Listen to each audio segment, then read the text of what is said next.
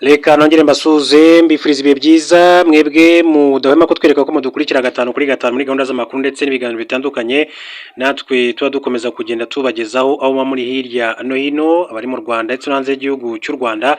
Ni itangazo riturutse mu biro bya Minisitiri w'Intebe ashingiye ku biteganywa n'itegeko nshinga rya Repubulika y'u Rwanda, cyane cyane mu ngingo yaryo y'ijana na cumi na kabiri, none ku itariki ya 10/5/2025 nyakubahwa Perezida wa Repubulika yashyizeho abayobozi bakurikira muri Perezidansi ya Repubulika: Colonel Regis Rwagasana Sankara, umuyobozi wungirije w'ibiro bya nyakubahwa Perezida wa Repubulika. Ibiro bya Minisitiri w'Intebe Madame Viviane Mukakizima, umuyobozi wungirije w'ibiro bya Minisitiri w'Intebe, bikorewe i Kigali ku itariki ya 10/25 mu izina rya nyakubahwa Perezida wa Repubulika y'u Rwanda Paul Kagame.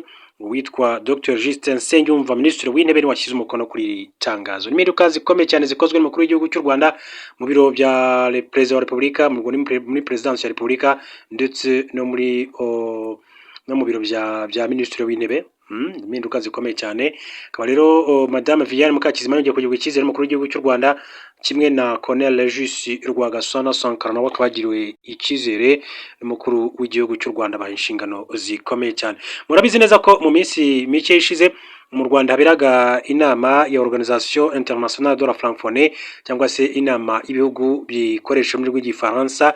Akaba rero uyu muryango usanzwe uyoborwa n'umunyamabanga mukuru w'umuryango w'ibihugu bikoresha ururimi rw'igifaransa, Madame Louise Mushikiwabo, atangaza ko mu myaka amaze ayobora uyu muryango hashyizweho gahunda zigamije gufasha urubyiruko kubona akazi, iterambere ry'abagore ndetse no kwigisha igifaransa mu bihugu bitandukanye, kandi byose bigenda neza.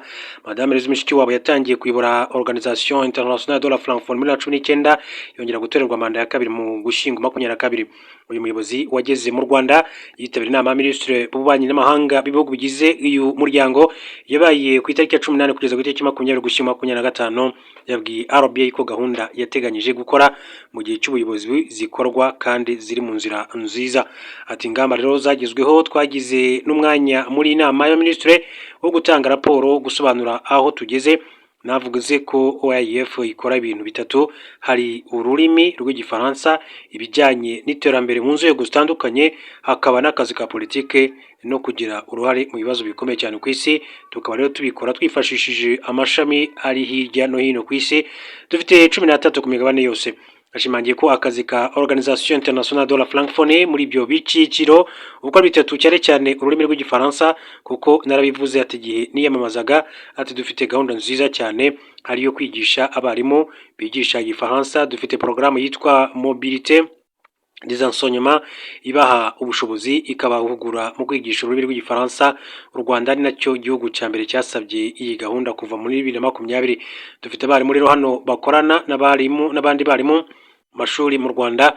Ubu tugeze ku cyiciro cya gatatu. Uretse kwigisha abarimu, OIF ifasha no kwigisha abo mu nzego z'umutekano bajya mu butumwa bw'amahoro mu bihugu bikoresha igifaransa. Ati hano mu Rwanda nanone dufite porogaramu y'igifaransa twigisha abasirikare bajya mu butumwa bw'amahoro ku isi.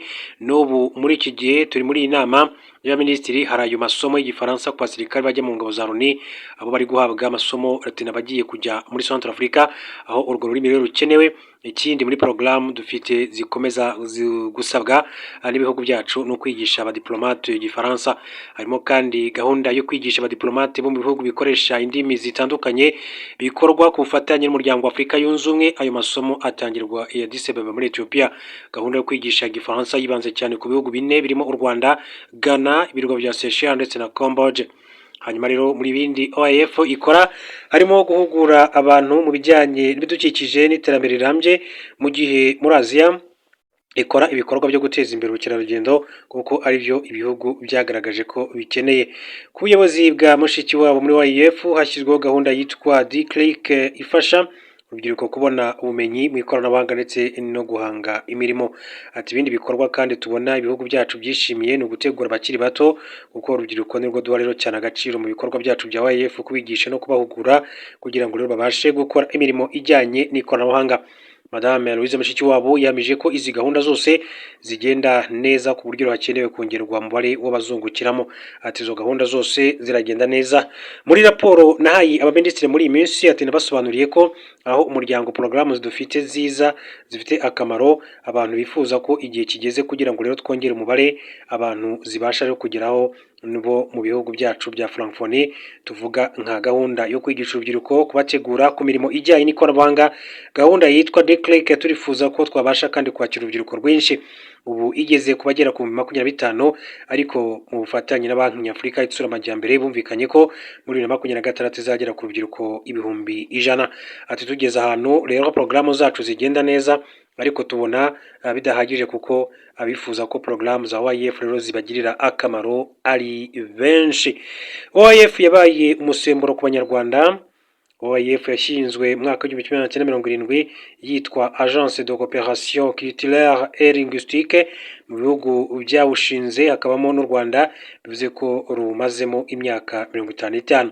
Madame Louise Mushikiwabo yasobanuye icyo gihe igihugu cyungukiraga mu bya diplomasi kubera gahura n'ibihugu bitandukanye, ariko kuva muri 2019 yinjiye muri OIF inyungu zarushijeho kuba nyinshi cyane. Hari ikigo gishinzwe iterambere rirambye cya OIF gikorera i Quebec muri Canada, cyakoranye n'u Rwanda mu byerekeye ingufu z'amashanyarazi. Ati ngeze muri OIF rero byagaragaye kurushaho, ndetse n'u Rwanda rwasabye ati ngiye kuyobora uyu muryango ko twakongera rero porogaramu y'abarimu bafasha abandi barimu rero bigisha igifaransa. Ni gahunda nshya. Yashimangiye ko nta kuntu nari kuba nyobora umuryango ngo igihugu cyacu ntikibashe kugira uruhare cyane. Dufite n'ibindi bikorwa hano mu gihugu bijyanye no guteza imbere abagore.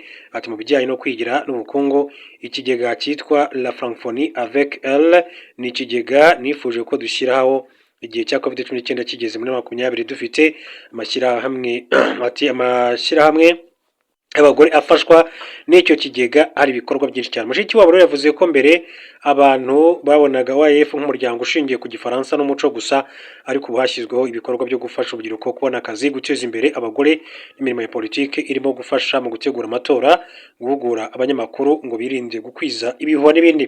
Mushikiwabo yavuze ko kuva ageze muri OIF yabonye abanyarwanda batitabira gusaba akazi muri uyu muryango ukoresha abantu barenga 300, nyamara urimo akazi kenshi cyane gakorerwa mu bihugu bitandukanye nk'uko yagiye abigaruka. Yitwa Madame Louise Mushikiwabo rero akaba ari umunyamabanga mukuru w'umuryango w'ibihugu bikoresha ururimi rw'igifaransa, akaba yaherutse i Kigali hagati ya 18 na 20 mu nama ya ministre b'ibihugu bigize umuryango wa Francophonie cyangwa se umuryango w'ibihugu bikoresha ururimi rw'igifaransa.